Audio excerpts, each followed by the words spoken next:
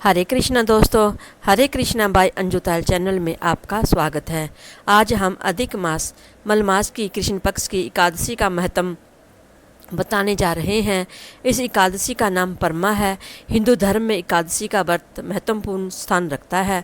प्रत्येक वर्ष में 24 एकादशियाँ होती हैं। जबकि अधिक मास का मास या मल मास आता है तब इनकी संख्या बढ़कर 26 हो जाती है। अधिक मास को जोड़कर वर्ष में 26 एकादशी होती हैं। अधिक मास में 2 एकादशी होती हैं जो परमा और पद्मिनी के नाम से जानी जाती हैं। परमा एकादशी का जो महत्व है, आइए पहले हम उसे जानते हैं। अधिक मास में कृष्ण पक्ष में जो एकादशी आती है वह हरिबलवा अथवा परमा एकादशी के नाम से जानी जाती है।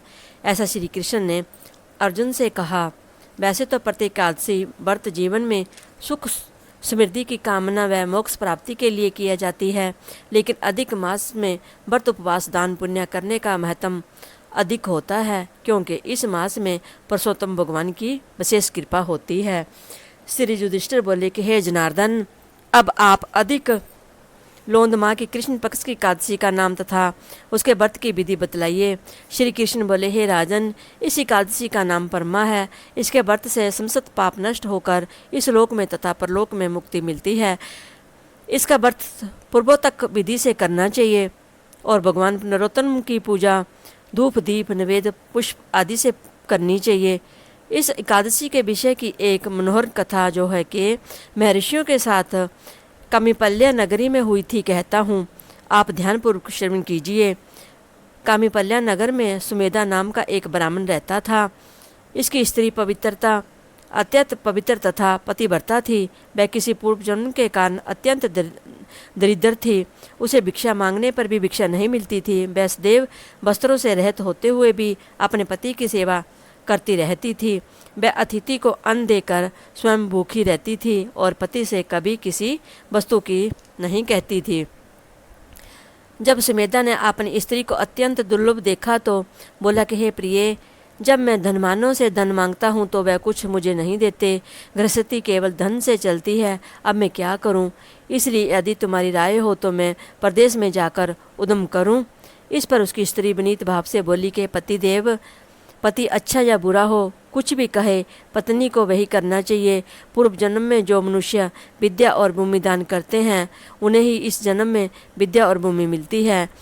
यदि कोई मनुष्य दान नहीं करता तो भगवान उसे केवल अन्न ही देते हैं। मैं आपका वियोग नहीं सह सकती। पति रहत स्त्री की संसार में माता पिता भाई ससुर तथा संबंधी आदि निंदा करते हैं, इसलिए आपको इसी स्थान पर रहना चाहिए। एक समय कौंडल्य मुनि उस जगह आए। उनको आते देखकर सुमेधा सहित स्त्री ने प्रणाम किया और बोले कि हम आज धन्य हैं। आज हमारा जीवन आपके दर्शन से सफल हुआ है। उन्होंने उनको आसन तथा भोजन दिया। भोजन देने के पश्चात पवित्रा बोली, हे मुनि, आप मुझे दरिद्रता का नाश करने का उपाय बताइए। मैंने अपने पति को प्रदेश में धन कमाने से जाने से रोका है। मेरे भाग्य से आप आ गए हैं। मुझे पूर्ण निश्चय है कि आप मेरी दरिद्रता शीघ्र ही नष्ट हो जाएगी। अंत आप हमारी दरिद्रता नष्ट करने के लिए किसी व्रत को बतलाइए। इस पर कौंडल्य मुनि बोले कि मल मास की कृष्ण पक्ष की परमा एकादशी के व्रत से समस्त पाप दुख और दरिद्रता आदि नष्ट हो जाते हैं। जो मनुष्य इसका व्रत करता है वह धनवान हो जाता है। इस व्रत में नाच गाना आदि सहित रात्रि जागरण करना चाहिए। कुबेर को महादेव जी ने इसी व्रत के करने से धनाधिपति बना दिया। इसी व्रत के प्रभाव से सत्यवादी हरिश्चंद्र को पुत्र स्त्री तथा राज्य प्राप्त हुआ था। उस मुनि ने उसको एकादशी के व्रत की समस्त विधि कह सुनाई। वह मुनि फिर बोले कि हे ब्राह्मण जी, पंचरात्रि व्रत इससे भी अधिक उत्तम है। परमा एकादशी के दिन प्रांत काल नित्य कर्म से निवृत्त होकर विधिपूर्वक पंचरात्रि व्रत आरंभ करना चाहिए। जो मनुष्य 5 दिन तक निर्जल व्रत करते हैं वे अपने माता पिता और स्त्री सहित स्वर्गलोक को जाते हैं। जो 5 दिन तक संध्या को भोजन कराते हैं वह स्वर्ग को जाते हैं।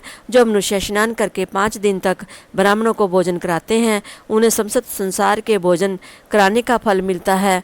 इस व्रत में जो घोड़े का दान करता है उन्हें तीनों लोकों लोक दान करने का फल मिलता है। जो मनुष्य उत्तम ब्राह्मण को तिल सहित दान करते हैं वह तिल की संख्या के बराबर विष्णु लोक में जाते हैं।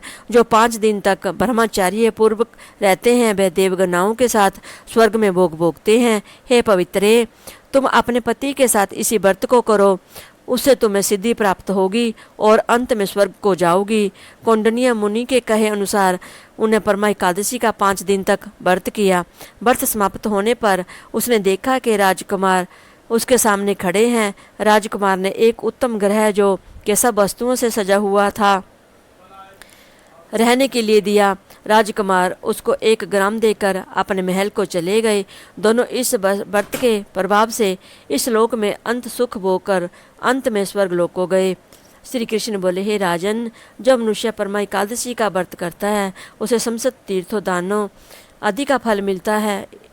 इस प्रकार संसार में 2 पैरों वालों में ब्राह्मण, 4 पैरों वालों में गौ, देवताओं में इंद्रदेव श्रेष्ठ है। उसी प्रकार महीनों में अधिक लोंद का मास उत्तम है।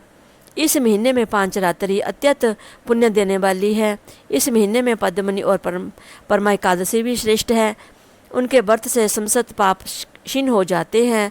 दुर्लभ मनुष्य को एक व्रत जरूर करना चाहिए। जब मनुष्य अधिक मास स्नान तथा एकादशी व्रत नहीं करते उन्हें आत्मघात का पाप लगता है।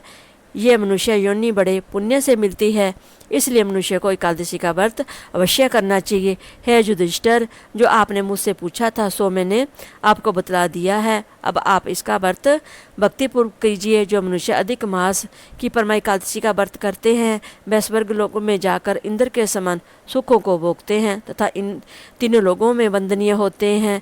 बोलो एकादशी की जय, बोलो भगवान कृष्णा की जय।